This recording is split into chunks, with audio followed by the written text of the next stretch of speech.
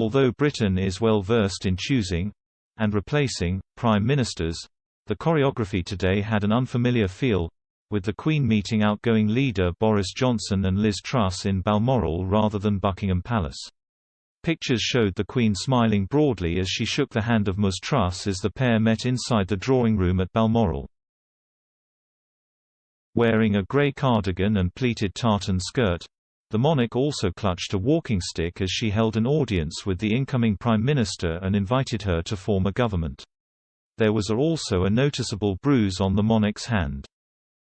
It comes after the palace announced last week that the Queen would appoint the new Prime Minister in Balmoral, where she spends her summers, due to mobility issues. With the nation's longest reigning monarch just 4 years away from her 100th birthday and facing ongoing mobility issues, practical adjustments and last-minute changes to the Queen's diary have become the norm.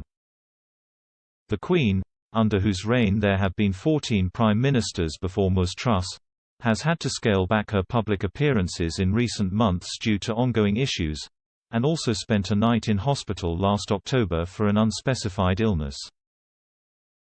Therefore, Ms Truss made the 1,000-mile round trip to see the head of state and be appointed Prime Minister at Balmoral, rather than making the 96-year-old trek back to London from the Scottish Highlands during her summer break. Ms Truss became UK's third female Prime Minister after meeting the Queen at Balmoral. Later today, she will head to Downing Street to deliver her first speech in office, just hours after Mr Johnson used his farewell address to pledge fervent support to his successor.